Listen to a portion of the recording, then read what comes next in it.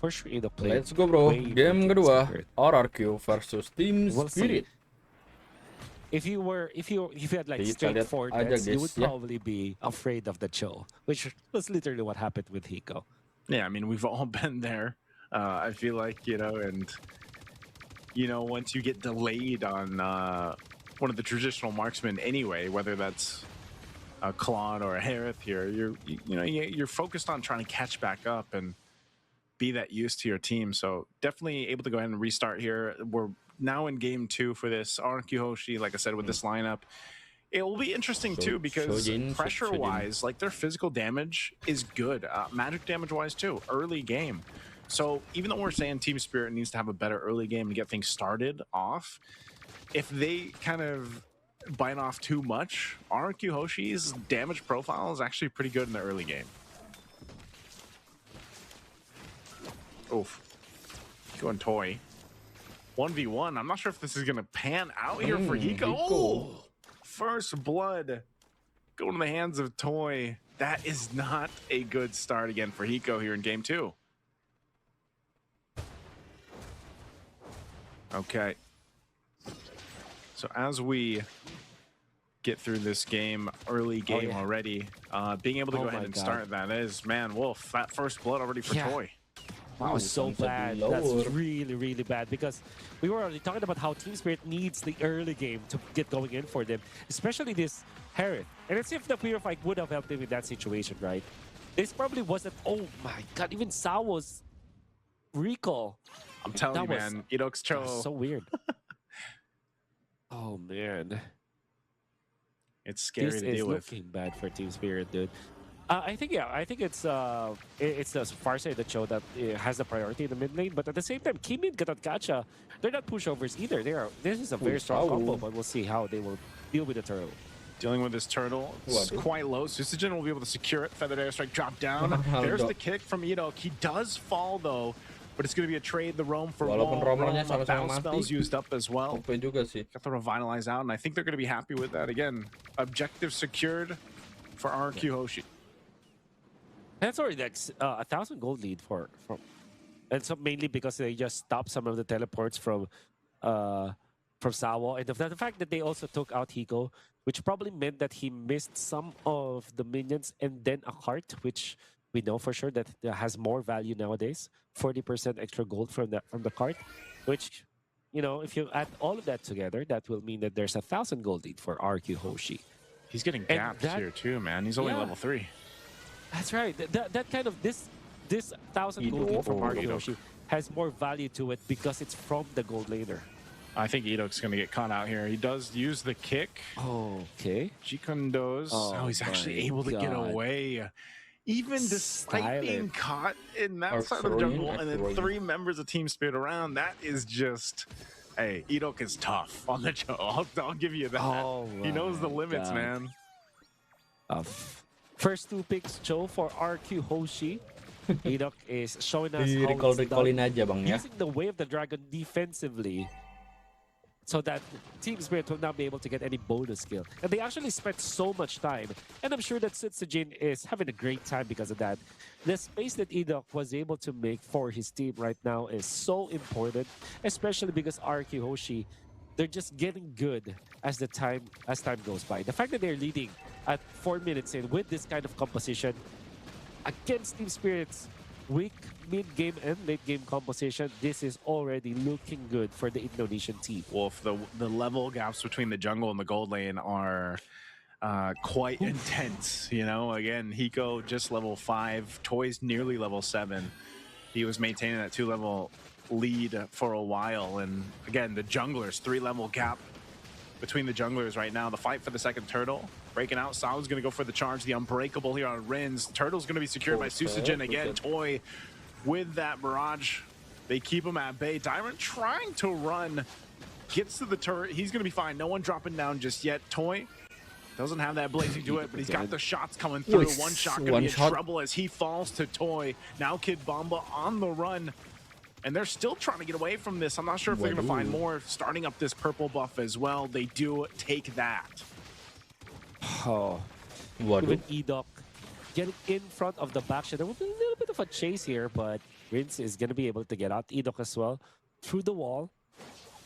And it's looking really, really easy for Rrq Hoshi to get out of these team fights because of how well their advantage is. Yep. They're surviving for long enough, and also it's easier for them to disengage. Yeah, they can, and you know, at this point, this is where turrets start to fall. They're able to go ahead and get things on the map too, and if they can continue on, that's troubled territory to be in, man. Rrq Hoshi just finding the wins where they can here.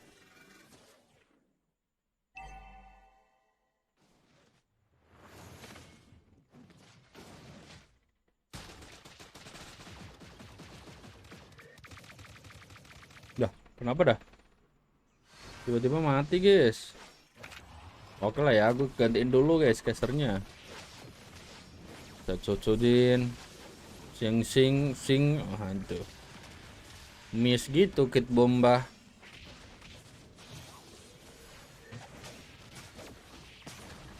Lulu Idok.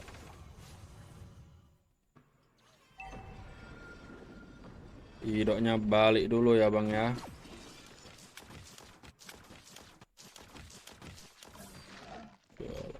4-1/6 guys.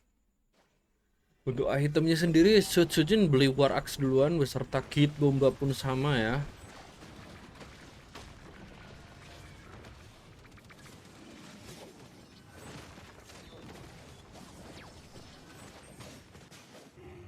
Sutsujin. Okay, everybody's falling down here. Again, a kick. One shot going to be in trouble as he's focused down in the jungle. Sutsujin gets a kill. A big pickup, a big fight again for Rrq Hoshi as they continue to put pressure here for Team Spirit. There we go. Just a second, Wolf will join me again. Man, Rrq Hoshi not letting up. Now in the mid lane, Kidbomba trying to hold down that mid lane. Purple buff going to be worked on here as it's taken. And now, once again, Sao falling now. Even popping the Revitalize, attraction pulse thrown out, but the Thorn Rose going to keep Sutsujin alive, and a kick defensively to disengage.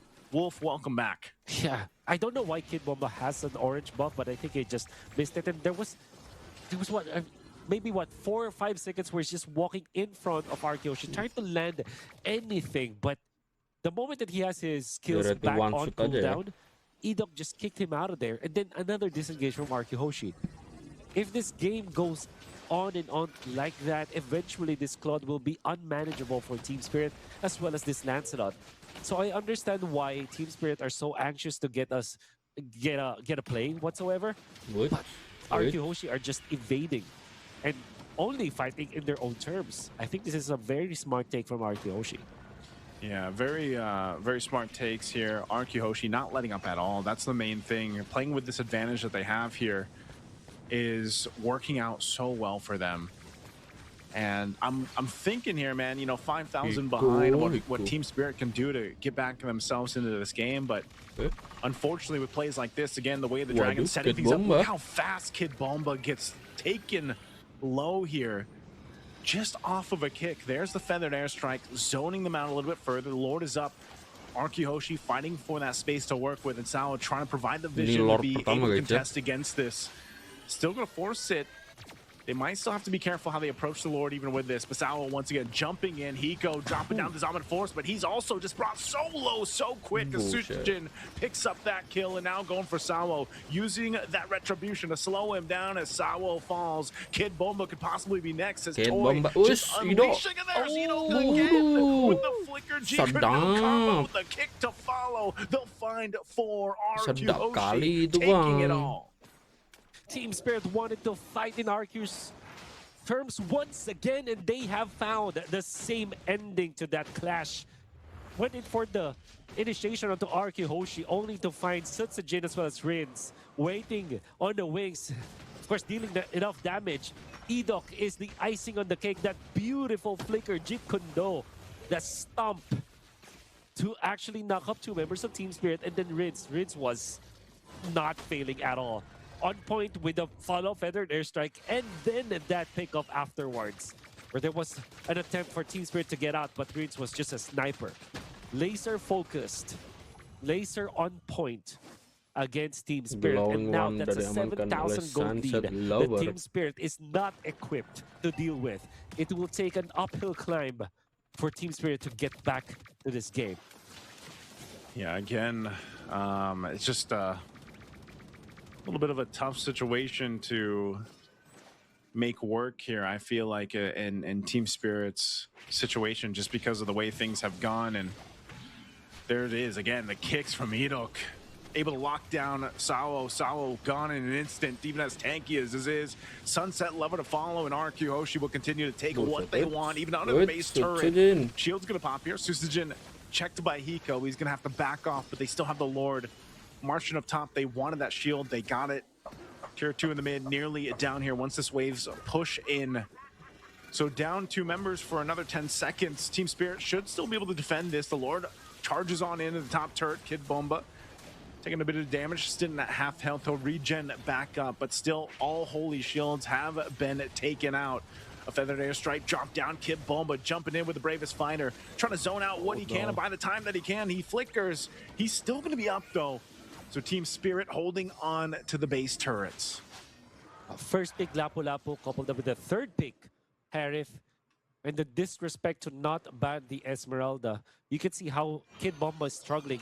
After a quick combo against Rrq Hoshi, already is half HP just because of the passive abilities of this Esmeralda. Oof, again, fighting for the base turret. Sutsujin able to take down the top one now. Dyron getting caught. He might go down to the shot from Hiko, able to pick him up, and now forcing the fight again. A blazing duet from Toy, able to set it all up here in the base, and a kick from Rrq again. Tinggal Sao doang kelar, guys. Always only Sao left alive, and Rrq Hoshi knows it. With a wave pushing up top, it's only Sao. As a guardian as he is, he won't be able to 1v4. The waves are going to be pushing on in. A feathered airstrike dropped down, and again, Sao falls. That's a wipeout, and Rrq Hoshi will take the series in a sweep. But did say that this was a very dicey draft for side of Team Spirit, and Rrq Hoshi knew that. And on top of that,